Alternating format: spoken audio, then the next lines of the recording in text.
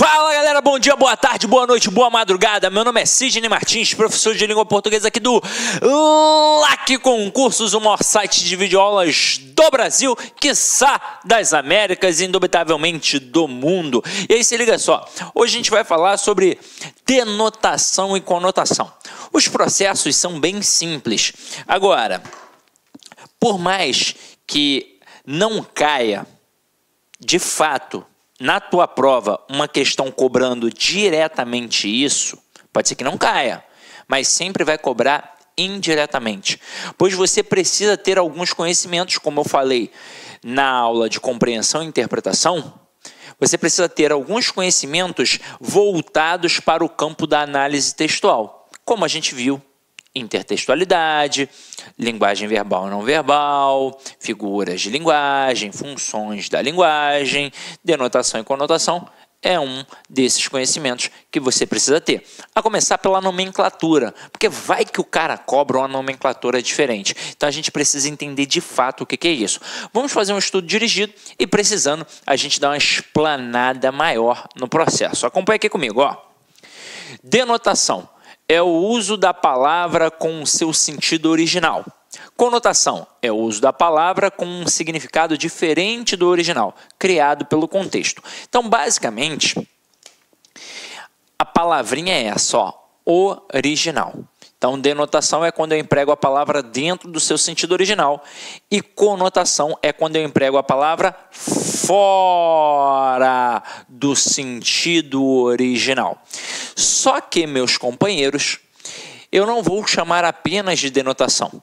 A denotação também pode ser chamada de linguagem real ou também de linguagem literal.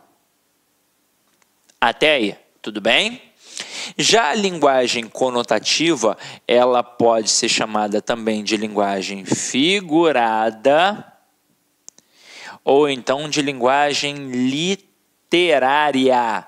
Então, muito cuidado para não confundir literal com literária. Literal é o sentido real, é o sentido denotativo. É quando a gente emprega a palavra dentro do sentido original. Seria basicamente assim, ó.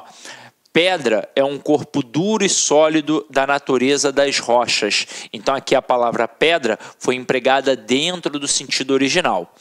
Já a conotação, a linguagem figurada, a linguagem literária é quando a gente emprega a expressão fora do sentido original. Então seria basicamente assim, ó, você tem um coração de pedra. Poxa, você não tem um coração de pedra. Aqui o camarada quis fazer uma simbologia a um coração duro, a um coração de uma pessoa que não se abre para amar. Agora, nós podemos pegar outras nuances para poder entender. Por exemplo, a gente pegou a palavra pedra aqui. Poderia fazer outras brincadeiras. Eu poderia dizer que ontem eu comprei meio metro de pedra para construir um muro em minha residência. A palavra pedra, aí neste contexto, foi empregada dentro do sentido original. É, para quem conhece, um mineral. E para quem sabe um pouquinho de obra, a chamada pedra-fogo que a gente usa para poder fazer concreto. Mas e se eu falar que a Atadolfa é uma pedra em meu sapato? E aí? Ela está aqui no meu sapato me machucando de fato? Assim como esse coração é de pedra de verdade? Claro que não. Então, a Atadolfa é um problema na minha vida, um estorvo. Eu empreguei fora do sentido original. É assim que funciona. E por que isso é importante? Para identificar dentro de um texto as características daquele texto. Quando você pega um texto informativo, um texto jornalístico, por exemplo, ele é todo calcado na linguagem denotativa. E quando você pega um romance, uma poesia, muitas vezes eles apresentam a linguagem conotativa, uma linguagem figurada. Por exemplo, todas as figuras de linguagem que nós conhecemos, metáfora, metonímia, ironia, catacrese, por aí vai, todas, absolutamente todas, são provenientes da linguagem conotativa. Agora, nem sempre será possível, de cara, numa sentença, identificar o valor conotativo ou valor denotativo único e exclusivamente. Às vezes a gente vai ter uma certa dificuldade, às vezes a expressão vai ser dúbia, e nesses momentos nós teremos a famosa ambiguidade. E o que seria a ambiguidade? Seria uma expressão passível de pelo menos duas interpretações. Acompanha aqui comigo, ó. Deixa eu apagar aqui para não ficar poluído visualmente, ó. Olha a nossa observação. Nem sempre é possível identificar com facilidade o valor denotativo ou conotativo nas frases. Nesses casos, teremos uma ambiguidade. Só para frisar mais uma vez, o que é uma ambiguidade? É quando a sentença é passível de duas ou mais interpretações. Olha aqui 5 exemplos que nós colocamos. O primeiro, a Tadolfa caiu do cavalo. Eu tenho aqui uma ambiguidade. Essa frase é passível de duas interpretações. Detalhe, uma no sentido real e outra no sentido figurado. Então, vamos tentar imaginar aqui as duas possibilidades. Primeiro, qual seria a interpretação para o sentido real? Seria a Tadolfa levou um tombo do animal. Ué, professor, eu pensei que era só dizer a Tadolfa caiu do cavalo. Tem... Às vezes, em turmas presenciais, o aluno falando assim para mim, ué, mas professor, mole, é a Tadolfa caiu do cavalo. Mas, poxa, não é porque você está falando com mais ênfase, com mais vontade, que vai desconfigurar a ambiguidade. Não, continua sendo ambíguo. Se você continuar dizendo a Tadolfa caiu do cavalo, continua sendo ambíguo.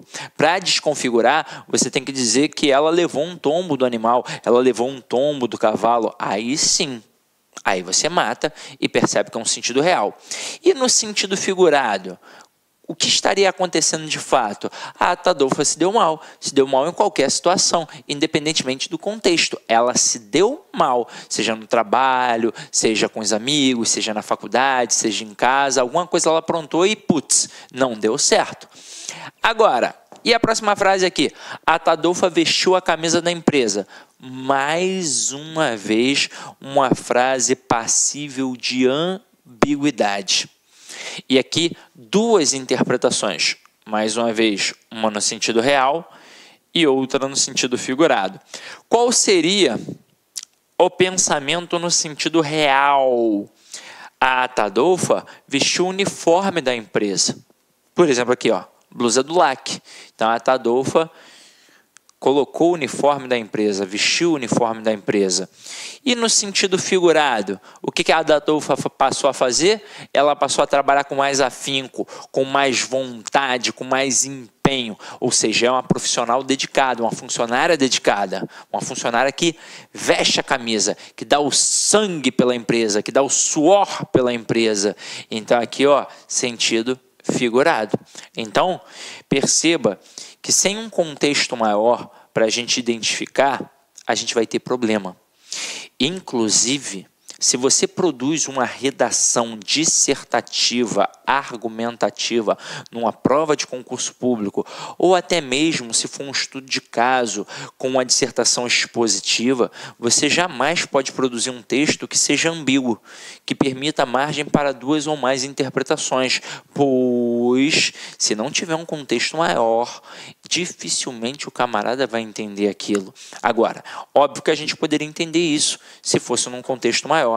Imagina, a Tadolfa acabou de sumir no cavalo alazão.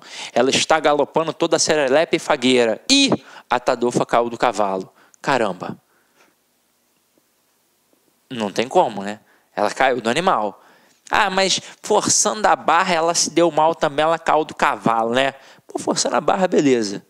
Mas, óbvio que no primeiro momento você vai pensar no tombo.